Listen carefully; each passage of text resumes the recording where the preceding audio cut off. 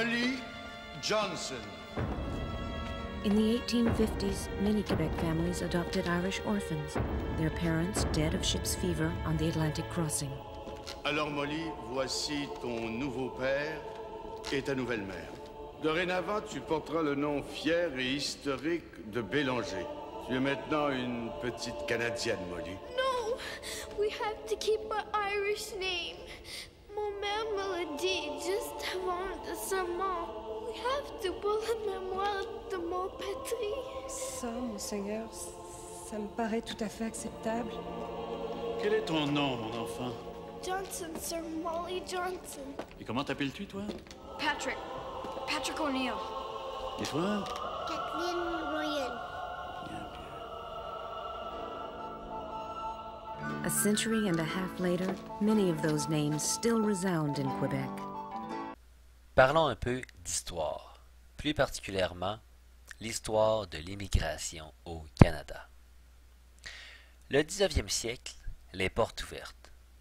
Au 19e siècle, on restreint peu le mouvement des individus et des groupes au Canada, exception faite des personnes malades, handicapées et pauvres, des groupes ciblés par la première loi sur l'immigration adoptée en 1869.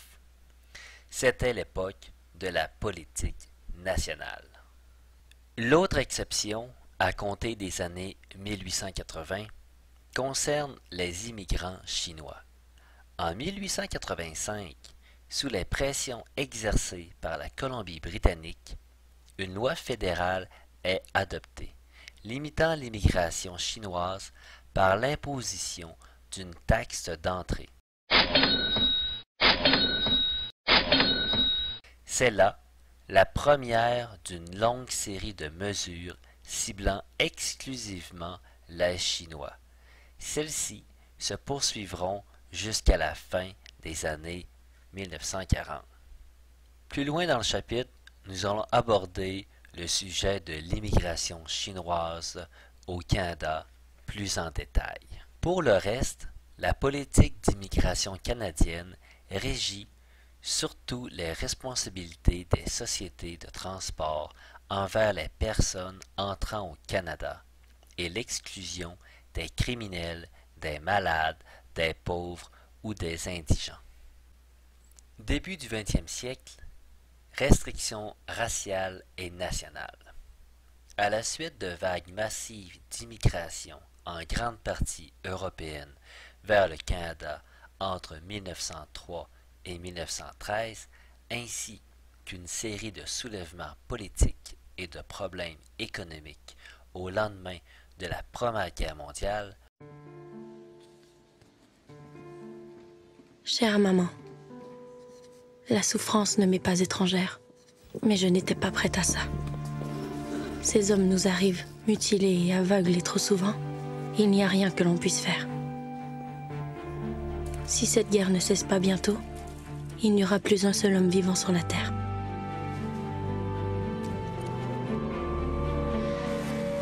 Attaque! Mais ne t'inquiète pas. Nous, les infirmières, nous continuons. Et je continue. Je suis contente d'être venue.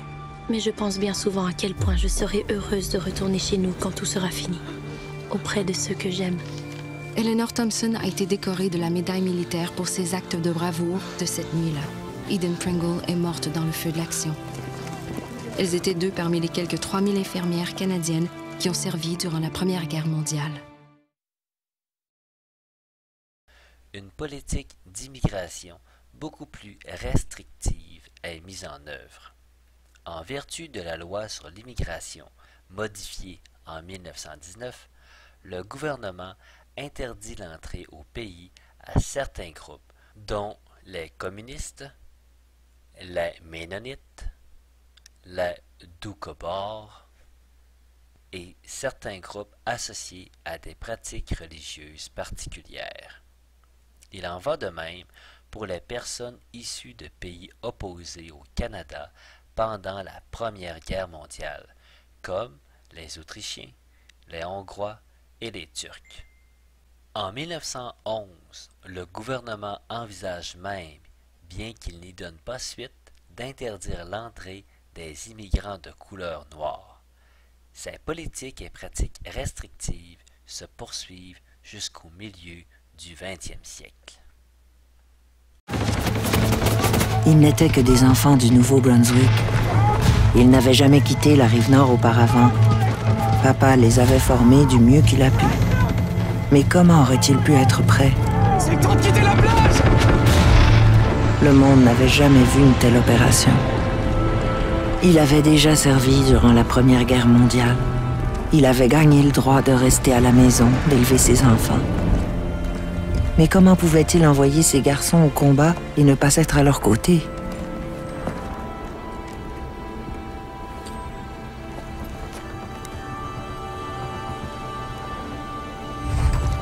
Plusieurs sont morts ainsi. Mon père était l'un d'entre eux. Le major Archie McNaughton avait 47 ans lorsqu'il est mort en menant ses hommes lors du jour J, l'invasion qui a marqué le début de la fin de la Deuxième Guerre mondiale. Après-guerre, premier signe de changement. Les politiques d'immigration restrictive du Canada se détendent graduellement après la Deuxième Guerre mondiale. D'une part, en raison d'une économie en plein essor et d'une grande demande de main-d'œuvre, et d'autre part, en raison d'attitudes sociales changeantes. Nous avons combattu en traversant l'Italie, puis nous nous sommes dirigés vers Amsterdam. Notre plus grande peur était d'être blessés dans ces derniers moments de la guerre. J'avais 15 ans lorsque les nazis ont envahi les Pays-Bas. Plus de 100 000 Juifs néerlandais ne sont jamais revenus à la maison. Nos hommes ont été soumis au travail forcé. Au début de 1945, nous étions affamés. La nourriture parachutée nous a donné espoir. Puis, les Canadiens sont arrivés.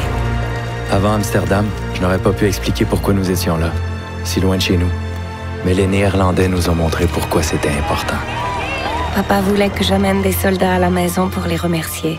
C'est là que j'ai vu Wilf pour la première fois. Je l'ai invité ce jour-là. Marguerite Blaise a épousé le lieutenant Wilf Gildersleeve. Le couple a déménagé à Vancouver où ils ont élevé 8 enfants. Aujourd'hui, les Néerlandais se souviennent des Canadiens qui les ont libérés. En 1946, on abolit l'interdiction formelle de l'immigration chinoise.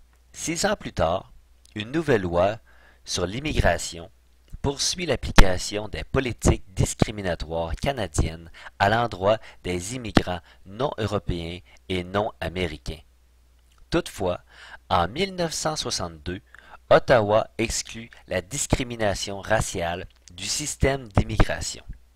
En 1967, on introduit un système de points visant à classer les immigrants potentiels du point de vue de leur admissibilité. Ce nouveau système ne tient pas compte de la race, de la couleur de la peau ou de la nationalité.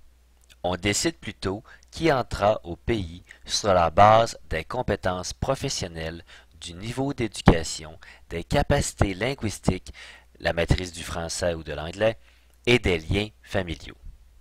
En 1969, le Canada signe la Convention des Nations unies sur le statut des réfugiés, 18 ans après son adoption initiale par l'ONU.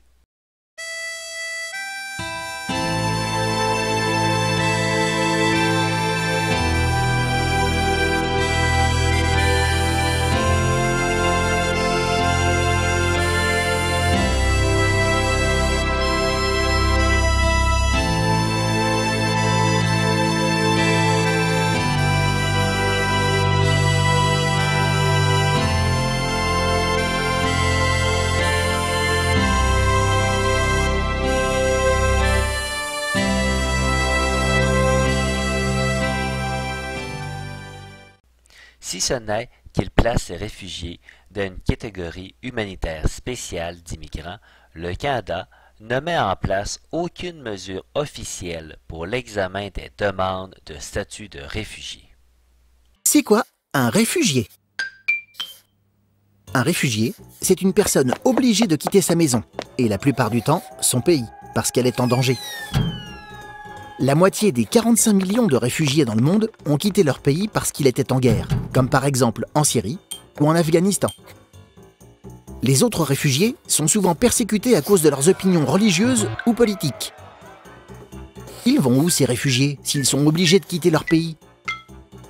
La plupart s'installent dans des pays voisins, sous des tentes, dans de grands camps supervisés en général par l'Agence des Nations Unies pour les réfugiés. Ces réfugiés sont protégés, mais la vie dans ces camps est très difficile à cause du manque d'eau, de nourriture et d'hygiène. Ils se sont enfuis en laissant tout derrière eux. Ils n'ont plus de travail et donc ils ne gagnent plus d'argent. La France accueille plus de 50 000 réfugiés par an. Ils ne vivent pas dans des camps, mais souvent dans des centres d'accueil. Les réfugiés espèrent tous retourner chez eux, mais c'est parfois trop dangereux. Alors ils essayent de s'installer dans leur pays d'accueil. Aujourd'hui, une nouvelle catégorie de réfugiés est en train d'apparaître. On les appelle les réfugiés climatiques. Ils sont obligés de partir parce que leur environnement est trop dégradé. Ce sont par exemple des paysans, victimes de la sécheresse. Les habitants de certaines îles devront peut-être même fuir devant la montée des eaux due au réchauffement climatique.